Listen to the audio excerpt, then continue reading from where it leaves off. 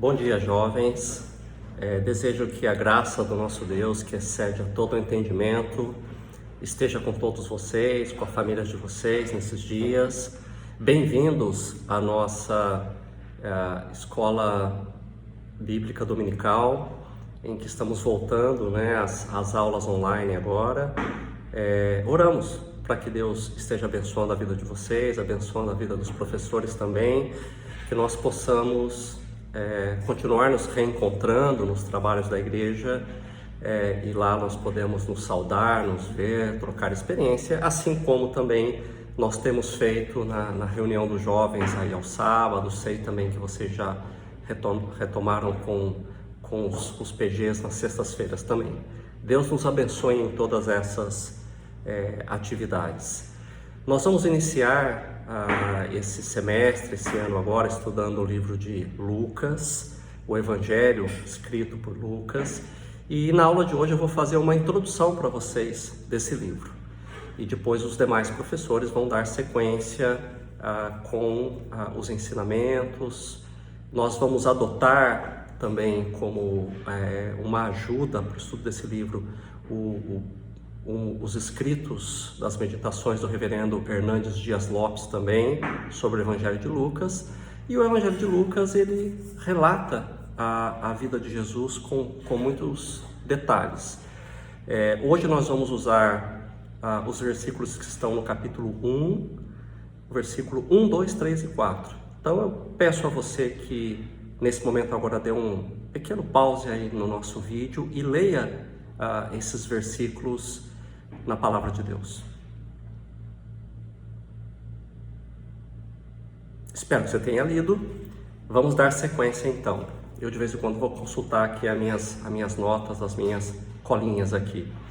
O Evangelho de Lucas, ele, entre os 4 evangelhos relatados no princípio do Novo Testamento, ele é o maior de todos. Ele é o mais extenso. Também, olhando o Novo Testamento como um todo, ele é o livro mais longo também. Se nós compararmos os 4 evangelhos, Mateus, Marcos, Lucas e João, o Evangelho de Lucas ele é o mais completo, porque ele trata desde a infância, da juventude, da vida, do ministério, da morte, da ressurreição e da ascensão do Senhor Jesus. Lucas, ele trata Jesus como o homem perfeito, o homem que veio e que cumpriu todos os mandamentos de Deus. O autor, que é Lucas, leva o nome do autor no Evangelho. Ele foi historiador, ele foi médico e ele foi cooperador do apóstolo Paulo em toda a obra missionária de Paulo. Ele escreveu esse Evangelho aproximadamente aí 60 anos depois de Cristo. E ele, durante o Evangelho, ele ressalta alguns pontos que eu gostaria de mencionar para vocês hoje. São basicamente 9 ao total. Primeiro, ele relata a universalidade da salvação. Então ele volta desde relatos lá de Adão e vai passando pelas histórias, pelos relatos do Velho Testamento, mostrando como é que Deus foi incluindo dentro do seu plano diferentes tipos de pessoas que eram do povo de Israel e também pessoas que eram de outras nações, mas que se converteram a Deus e por isso se tornaram também filhos de Deus. Ele também relata que nesse evangelho dá atenção especial a pessoas marginalizadas. Nós vamos ver ali que Jesus abordou cobradores de impostos, prostitutas, pessoas que eram consideradas sem dignidade para servir a Deus. E Jesus trouxe essas pessoas para próximo de Deus. Também é o evangelho que mostra a preocupação de Jesus com as crianças. Ele mostra também ali a preocupação de Jesus com as mulheres. Nós sabemos que crianças e mulheres na época de Jesus eram deixadas também um pouco à parte na sociedade. E Jesus ele trouxe mulheres e crianças para próximo do Evangelho. Então nós falamos hoje em dia de inclusão na sociedade, né? Deus já é o Deus da inclusão no tempo de Jesus e mesmo antes do tempo de Jesus. Ele também mostra a preocupação de Jesus com os pobres. Ele leva cura a quem precisa de cura, cuidado a quem precisa de cuidado, pão a quem tem fome, né? Então a preocupação com os pobres. É um evangelho da oração. Ele mostra a preocupação de Jesus, sendo ele Deus e sendo ele um homem perfeito, que se dedicava à oração, e nos dá esse exemplo, né, de que nós devemos também nos dedicarmos à oração. Ele é um evangelho de louvor. Ele mostra, e nós vamos ver durante o estudo do livro de Lucas, canções magníficas relatadas pelo evangelista. Ele é o evangelho do Espírito Santo também. Então nós vamos ver Jesus nos ensinando a obra que o Espírito Santo faz em nossas vidas. E ele é o evangelho das parábolas também, né? Ele relata inúmeras parábolas de Jesus, que Jesus enunciou, que Jesus contou, e ele coloca como uma forma, né, uma figura de linguagem, né, um texto que Jesus usava para poder ensinar na época dele. E mostra que essa linguagem de Jesus, ela confundia os sábios, mas aqueles que eram mais simples, aqueles que realmente viviam na dependência de Deus, entendiam as parábolas de Jesus. Uma outra particularidade, um outro aspecto muito interessante do Evangelho de Lucas é que o autor é o único escritor gentio dentre todos os escritores do Novo Testamento.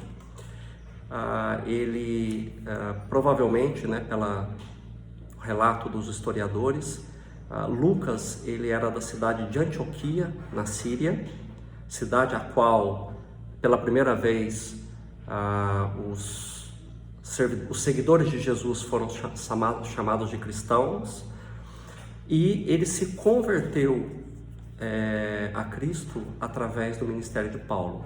E depois ele seguiu Paulo, ele foi um grande ajudador. Inclusive, ele sendo médico, nós sabemos que Paulo passou por doenças, açoites, por muito sofrimento. Então, com certeza, Lucas foi um instrumento de Deus para que Paulo pudesse ter recuperação, saúde, para exercer o ministério dele também. Então, lá, olhando agora o texto de Lucas, capítulos 1, 2, 3 e 4, o que Lucas nos relata, né? Alguns aspectos importantes.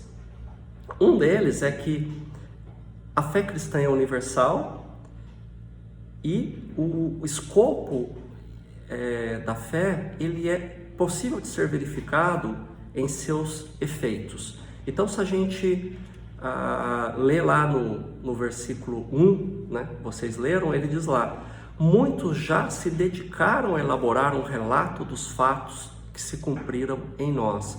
Então, Lucas, ele está relatando fatos que já foram cumpridos e testemunhados. Então, a fé não é algo etérea, né? Mas ela através daquilo que foi cumprido, ela pode ser verificada na prática. E é isso que é demonstrado no Evangelho de Lucas. A fé cristã não é um conjunto de fábulas inventadas por homens, mas fatos testemunhados. Versículo 2, aí do capítulo 1 de Lucas, diz assim: conforme nos foram transmitidos por aqueles que desde o início foram testemunhas oculares e servos da palavra. Então, não foi uma invenção, né? Não foram fábulas, mas foram realmente testemunho daquelas pessoas que observaram e o efeito da fé na vida delas. Um terceiro ponto é que a fé cristã foi revelada por Deus e registrada por homens santos.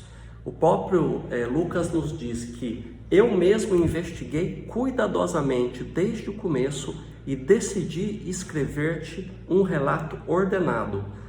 Então, são revelações que foram registradas pelos homens santos. E lá no ano 60, depois de Cristo, Lucas, investigando minuciosamente, ele pôde ordenar todos esses relatos no formato desse evangelho, para que fosse transmitido para gerações futuras, chegando até nós nos dias de hoje.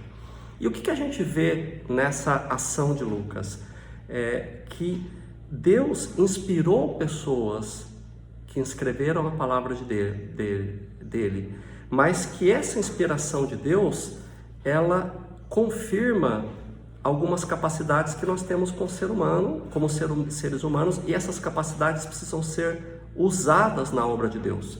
Então, a inspiração de Deus, ela confirma e não anula a ação humana. Então nós vemos aqui que Lucas, ele atuou como um historiador e teve o cuidado de levantar todos os fatos e escrever com detalhes para que nós tivéssemos até hoje.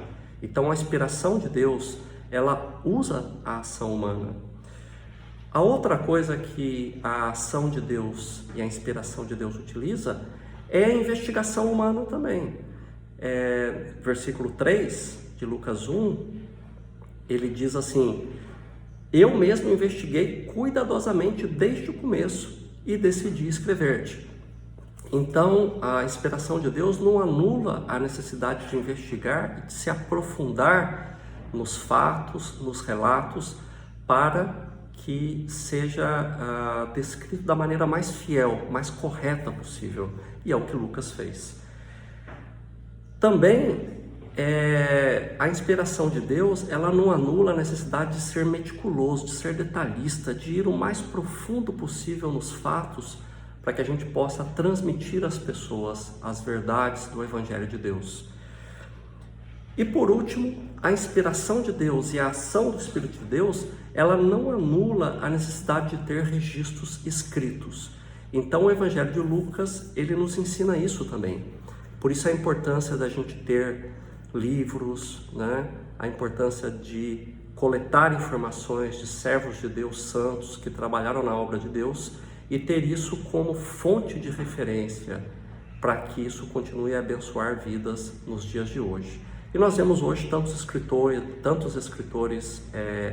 sendo usados e abençoados por Deus, como é o reverendo Hernandes, como é o reverendo Nicodemos, com tantos outros escritores bons que existem hoje na atualidade também.